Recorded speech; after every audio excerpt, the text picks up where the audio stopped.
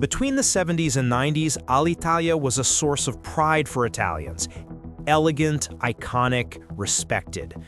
But after 74 years, the company collapsed, having accumulated billions of euros in losses and gone through multiple bankruptcies. What was once a point of national pride became synonymous with mismanagement, delays, and endless debt. Today, known as ITA Airways and backed by the financial and operational support of one of Europe's largest aviation conglomerates, the company has been standing out with a renewed fleet and a completely different business policy.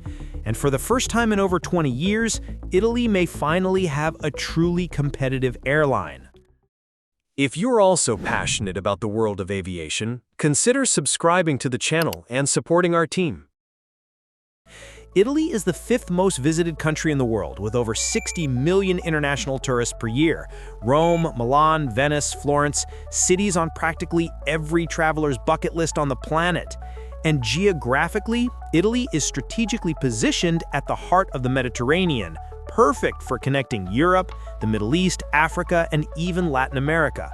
Theoretically, Italy should have one of Europe's most successful airlines, but it had exactly the opposite. While airlines like Lufthansa, Air France, KLM, and Turkish Airlines built powerful hubs and global networks, Alitalia was merely struggling to survive. The company could never decide what it wanted to be: a premium long-haul carrier, an efficient regional operator, a low-cost airline. The answer was always none of these things, really. And the result? Alitalia was consistently crushed by the competition.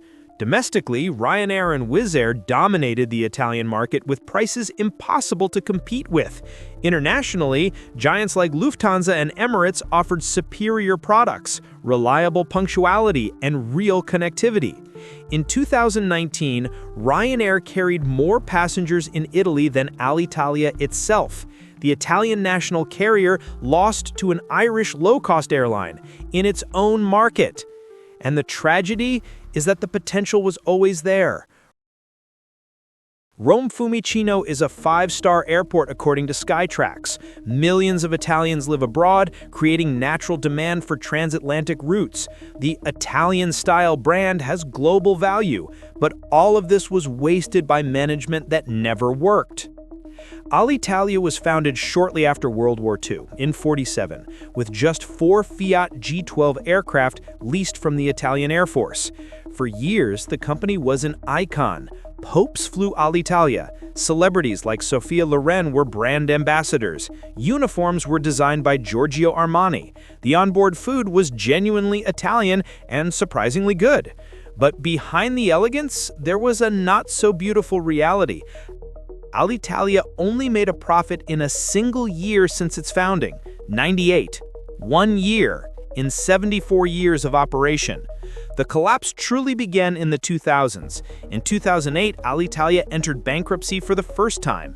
The Italian government tried to save it repeatedly, first with direct capital injections, then seeking strategic partners. Air France bought 25% of the company in 2009 for 323 million euros and saw almost the entire investment evaporate. Years later, Etihad Airways tried the same strategy with a 49% stake, and also failed. Between 2008 and 2020, the Italian government invested over 10 billion euros in Alitalia. 10 billion euros in public money just to keep the company alive. And even then, it wasn't enough. But here's the thing, the problem was never just financial. It was structural and, unfortunately, cultural. Alitalia was controlled by a toxic combination of political interference, extremely powerful unions, and inefficient operational decisions. Governments changed, strategies changed, CEOs changed, but nothing really changed. Aircraft aged, punctuality plummeted, service deteriorated. In 2017, the company entered bankruptcy again, this time terminally. The last Alitalia flight taken to the skies today. Dozens of airlines have collapsed over the past few years, but this is probably the most high profile. The government tried one last rescue plan, but the employees themselves rejected the conditions in a union vote. It was the end. And then came 2020. The pandemic was the final blow. In October 2021, after 74 years of operation, Alitalia made its last flight, from Cagliari to Rome. End of story. Or not. On October 15, 2021, the same day Alitalia ceased operations, a new Italian airline began flying, ITA Airways, Italia Trasporto Aereo. But here's the key difference that few people know. ITA is not Alitalia 2.0. It's a legally separate company with a completely different mandate from the European Commission. For the European Union to allow the creation of ITA, Italy had to prove total discontinuity with Alitalia. This meant that ITA would not inherit the old debts, would not be responsible for the billions in illegal state aid that Alitalia had received, and could not simply absorb all the inefficient structure of the previous company.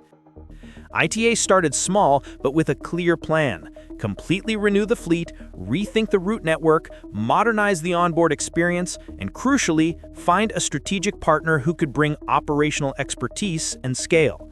And that partner arrived faster than many expected: Lufthansa Group.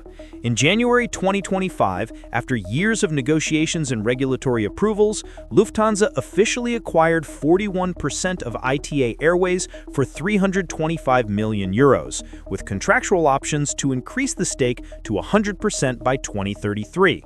What makes this interesting is, for the first time in decades, the Italian airline has serious management, structured capital, and a realistic roadmap.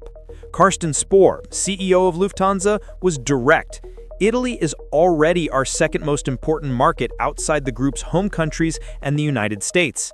And with Rome Fiumicino as our sixth hub, we will finally be able to connect Southern Europe with Africa, Latin America, and the Middle East competitively.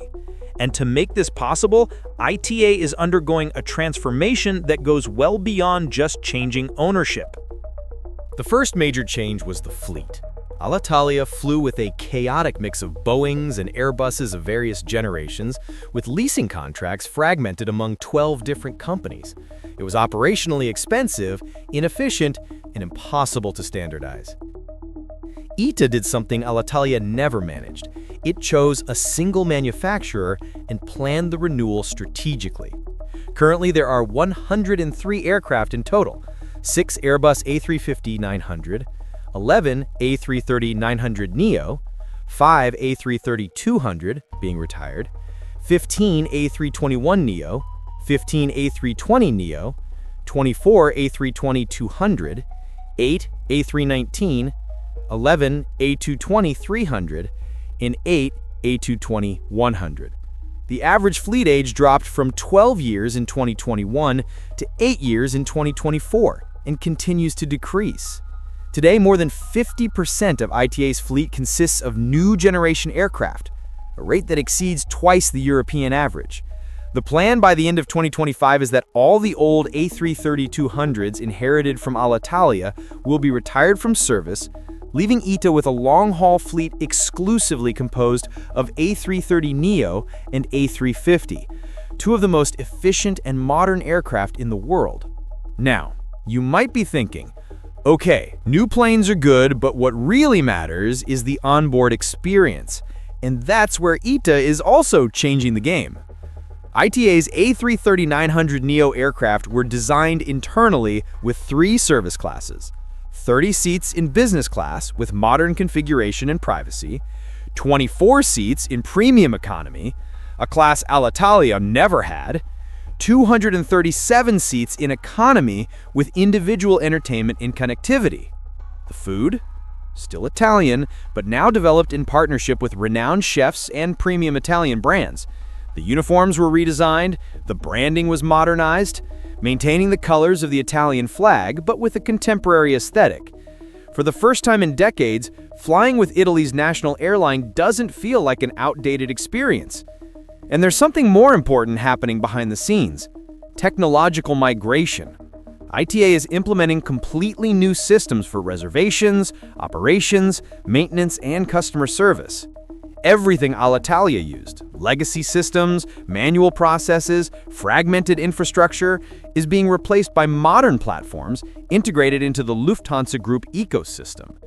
This means better punctuality, more efficient connection management, faster problem resolutions. Things that seem basic, but that Alitalia never managed to do consistently well. The skies have been renewed, and a new phase for ITA is arriving.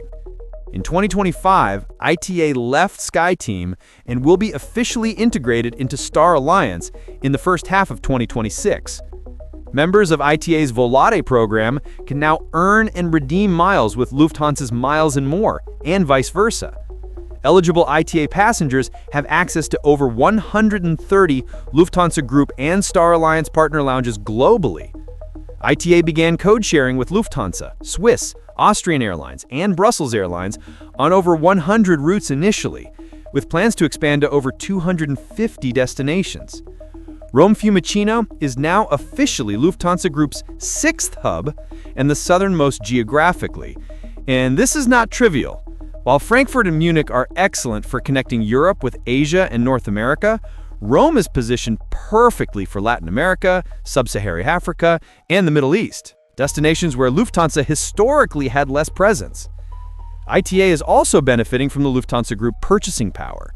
Fuel negotiation, parts acquisition, leasing contracts, all done on an industrial scale. But here's where things get complicated.